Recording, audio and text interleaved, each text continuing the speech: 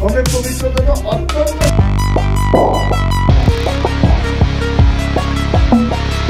আপনারা দেখছেন AGT live 24/7।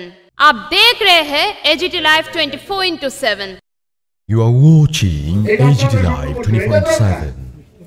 যে আমরা কতজন শ্রমিক কত ধর্মনগরের সারা ভারত কৃষক সভার বিভাগীয় সম্মেলন গতকাল থেকে শুরু হয়েছে।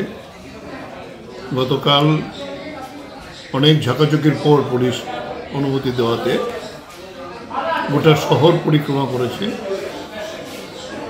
প্রতিনিধি সহ সমস্ত কৃষকরা বিভিন্ন জেলার এবং মহকুমার বিভিন্ন জায়গা থেকে তারা এসেছিলেন। শহর পরিক্রমার পরে সম্মেলন স্থলের পাশেই একটি সাধারণ সভা হয়। সাধারণ সভায় আমরা সকলেই বক্তব্য উপস্থাপন করি।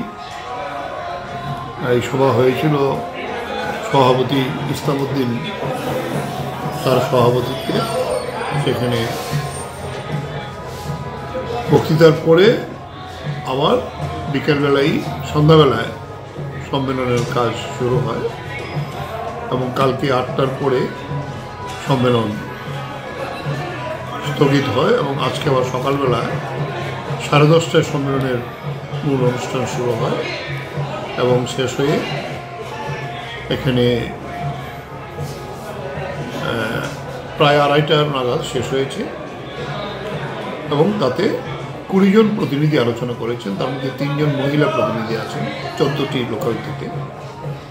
আলোচনাটার মধ্যে যে বিষয়গুলো উঠে এসেছে, মূল বক্তব্য, সেচের মেশিন প্রায় 3 ভাগের 2 ভাগেই একেবারে খারাপ অবস্থায় পড়ে আছে। সেচের অভাবে চাষ করতে পারছে না। সীমান্ত এলাকায় বিএসএফের কল্যাণে ধান তুলে আনতে পারছে না, পাকা ধান সেখানে জমিতেই নষ্ট হয়ে যাচ্ছে। এই ধরনের বিরাট সমস্যা নিয়ে এখানে কৃষকরা যুদ্ধ করছেন। অপরদিকে আছে বানর। এই বিষয়ের পরও যে বিষয়টা সবচেয়ে বেশি যন্ত্রণা তৈরি করছে সেটা হলো যে বিএলডব্লিউ স্টোরগুলো সবগুলো বিজেপির কবজা। বিএলডব্লিউর কোনো ক্ষমতা নেই, এটা প্রধান মণ্ডল সভাপতি তারাই কন্ট্রোল করছে। সাধারণ কৃষকরা কোনো সার পায় না। সেখানে বন্যায় যে ক্ষতি হয়েছিল প্রকৃত কৃষকরা পায়নি। এই সমস্ত যন্ত্রণার কথা এই 20 জন প্রতিনিধি তুলে ধরেছেন। তারপরে আলাপ আলোচনার ভিত্তিতে 45 জনের একটি কমিটি, 48 জনের কমিটি হয়েছে। এরপরেও বিরাট এলাকা যেহেতু আরও 6 থেকে 7 জন প্রতিনিধি আমন্ত্রিত হিসেবে তারা বিভাগ কমিটি রেখেছেন।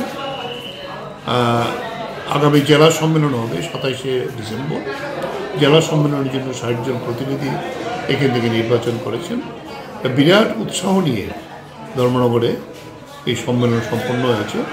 তারা সিদ্ধান্ত নিয়েছেন যে এখানে 20,000-এর উপরে এবার সভ্য সংগ্রহ করবে। যে উৎসাহ উদ্দীপনা এই সম্মেলনকে ভিত্তি করে সম্মেলনের পূর্বেই তারা সেখানে সাংস্কৃতিক অনুষ্ঠান করেছে। বিভিন্ন জায়গায় জায়গায় তারা তার প্রচার নিয়ে গেছে। ধান কেটে উৎসবের মতো সম্মেলনের প্রচার সেখানে নিয়ে গেছেন। এই একটা বিরাট কর্মযজ্ঞের মধ্য দিয়ে বিরাট উৎসাহ নিয়ে আগামী দিনে ধর্মনগর মহকুমার কৃষকদের উৎসাহিত করার জন্য এবং নতুন নতুন কর্মী, বিশেষ করে যারা বিজেপিকে একসঙ্গে ভোট দিয়েছিল, তারাও এই সমস্ত প্রোগ্রামগুলিতে অংশগ্রহণ করেছে। তাই এই কৃষক আন্দোলনকে শক্তিশালী করার জন্য তারা দায়িত্ব নিচ্ছেন। এবং আগামীকালকে সারা দেশব্যাপী যে কৃষক শ্রমিকদের আন্দোলন সংযুক্ত কিষাণ মোর্চার নেতৃত্বে আজকে সম্মেলনের পরে আবার সিদ্ধান্ত নিয়েছেন কালকে তারা এখানে 11টায় ধর্মনগর অফিস থেকে পেরিয়ে মিছিল সংগঠিত করবেন। তাহলে এই যে একটা উৎসাহ যেটা দেখলাম, এটা নিশ্চয়ই গোটা রাজ্যের কৃষককে অনুপ্রাণিত করবে, উৎসাহিত করবে। আমরা চাই ধর্মনগর এই যে একটা কৃষক আন্দোলনের একটা অন্যতম প্রধান ক্ষেত্র, এটা আবার জেগে উঠেছে, এটা তারা সফলভাবে করতে পারবে এই প্রত্যাশা রাখছে।